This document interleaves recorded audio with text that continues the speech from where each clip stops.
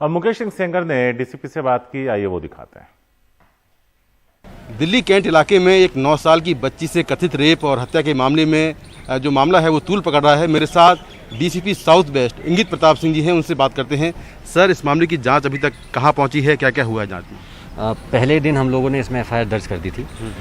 बच्ची की मां के बयान पे जितनी भी संगीन धाराएं उस बयान में आ रही थी, हम लोगों ने उनको अप्लाई कर दिया था। अगले दिन उनका 164 का बयान हुआ जो मेट्रोपॉलिटन मजिस्ट्रेट के आगे होता है, और उसके आधार पे हम लोग जितने सेक्शन ऐड कर सकते थे हमने किए, और सब्सिक्वेंटली SC/ST कमीशन ने भी स्पॉट विजिट किया था। उनके आगे दिए गए जो भी बयान थे माँ के, उनके आधार पे भी हम लोगों ने सेक्शंस ऐड किए हैं।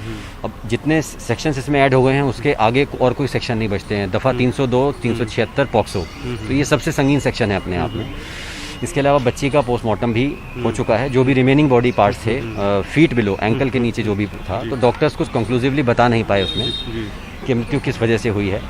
बहरहाल हमारे पास अब विकल्प नार्को एनालिसिस टेस्ट वगैरह का है एक्यूज के, उनकी हम लोग PC लाएंगे और उससे इंटरोगेशन करेंगे। इसके अलावा मौके से हम लोगों ने साइंटिफिक एविडेंसेस भी इकट्ठे करे थे। जो वाटर कूलर था जिस पे एलेज कर रहे थे करंट था, FSL ने उसकी भी जांच की है। और जहां मेन एक्यूज राधेश्याम पंडित रहता था उसके घर से बेडशीट भी हम लोगों ने ली है, ताकि अगर उसमें बच्चे का कोई DNA आ जाए, और उनकी बॉडी से भी जितने भी फ्लूइड्स हम लोग ले सकते थे एक्यूज की, अगर कोई सेक्सुअल असॉल्ट हुआ है वो असर्टेन करने के लिए। तो ये सब हो गया है। बाकी चार्जशीट का मैंडेट हमको 60 दिन का होता है लीगली, हम लोग उससे कहीं जल्दी इसको सुकोट कर देंगे। एक ACP रैंक का अधिकारी नियुक्त किया गया है इन्वेस्टिगेट करने के लिए, जो कि SC/ST एक्ट में अमूमन होता है। डायरेक्ट सुपरविजन उसका और हमारा रहेगा।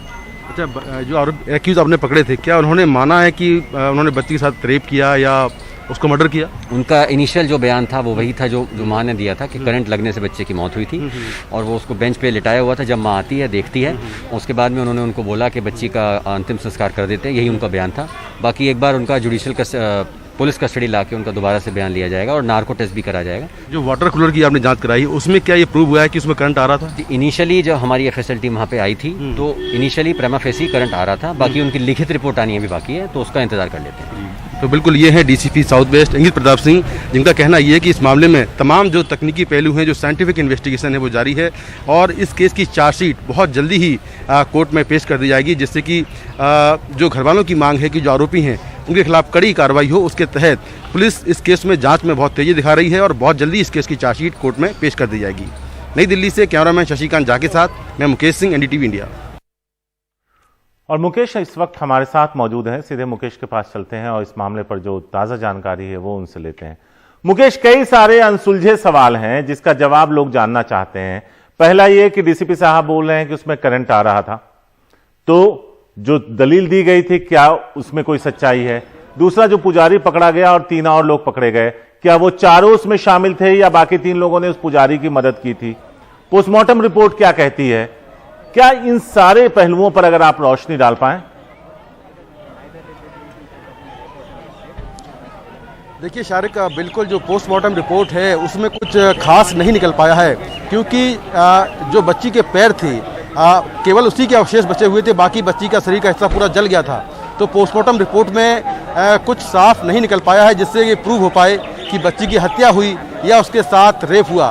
तो कुल मिलाकर पोस्टमार्टम रिपोर्ट में कुछ नहीं आया है, लेकिन जो बाकी चीज़ें हैं, जो तकनीकी जांच इसमें हो सकती है, खासतौर से जो फॉरेंसिक जांच इस केस की, उसमें अगर कुछ निकलेगा तो शायद ये मामला आगे बढ़ पाएगा, क्योंकि पुलिस ने अब आगे की जांच के लिए जो आरोपियों के घर के कपड़े हैं, उन जो कपड़े उन्होंने पहने हुए थे या उनके और जो कपड़े हैं जहां पर वो रहते थे, जिस कमरे में रहते थे, वहां से सभी कपड़े जब्त कर लिए हैं और उनकी DNA सैंपलिंग की जाँच की जाएगी।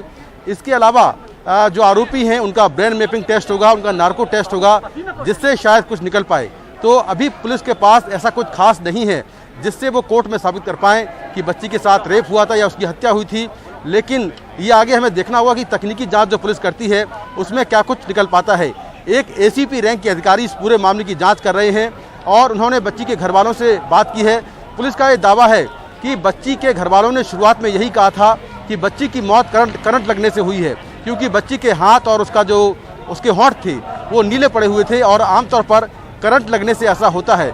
तो शुरुआती जांच में बच्ची के घर वालों ने और जो आरोपी पकड़े गए थे उन्होंने एक ही बात कही थी, लेकिन बाद में जब बच्ची के घर वालों ने ये कहा कि बच्ची के साथ गलत काम हुआ है और बच्ची की हत्या हुई है, तो फिर SC/ST कमीशन यहाँ पर आया था और SC/ST कमीशन की रिकमेंडेशन पर पुलिस ने हत्या, रेप सबूत मिटाने और SC/ST एक्ट के तहत ये केस दर्ज किया था।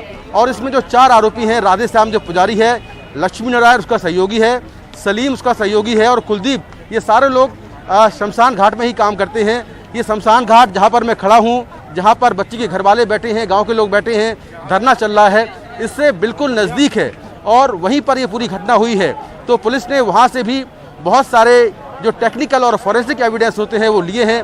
और पुलिस का ये भी कहना है कि आमतौर पर इस तरह के केस की चार्जशीट 60 दिन के अंदर पेश करनी होती है, लेकिन इस केस में बहुत जल्दी ही कोर्ट में चार्जशीट पेश कर दी जाएगी। और पुलिस की तमाम जो टीमें हैं वो इस केस की तकनीकी जांच में लगी हुई हैं और जैसे ही कुछ निकलेगा सभी का बयान दर्ज हो जाएंगे और सारी जांच पूरी हो जाएगी। उसके बाद इस केस की चार्जशीट कोर्ट में पेश कर दी जाएगी। फिलहाल जो आरोपी हैं उनको पुलिस ने शुरुआत में 304 यानी गैर इरादतन हत्या के तहत गिरफ्तार किया था, लेकिन जब बाद में हत्या और रेप की धाराएं जोड़ी तो अब पुलिस आरोपियों का दोबारा से पुलिस रिमांड लेगी और उन्हें जेल से लाकर दोबारा से पूछताछ की जाएगी। उसके बाद शायद इस जांच में खुद आगे बढ़ पाए, लेकिन फिलहाल पुलिस का ये दावा है कि आगे जो सबूत मिलेंगे उसके आधार पर ये केस आगे बढ़ेगा। दूसरी बात यह है कि जहां पर मैं खड़ा हूं ये गांव है पुराना नांगल, दिल्ली कैंट का। यहाँ पर आपको दिखाऊंगी किस तरह से बीते 3 दिनों से यहाँ पर धरना चल रहा है और जो बच्ची के घर वाले हैं और तमाम जो लोग हैं वो जो एक्यूज हैं उनके खिलाफ कड़ी कार्रवाई की मांग कर रहे हैं। कुछ ही देर में दिल्ली के मुख्यमंत्री अरविंद केजरीवाल भी यहाँ पर आने वाले हैं और कुछ देर पहले राहुल गांधी भी यहाँ से बच्ची के परिवार से मिलकर जा चुके हैं। जी शारिक। शुक्रिया मुकेश इस पूरी जानकारी के लिए और बताने के लिए कि क्या कुछ वहां हो रहा है, पुलिस क्या कुछ कर रही है और किस तरह से ये पूरी जांच आगे बढ़ रही है।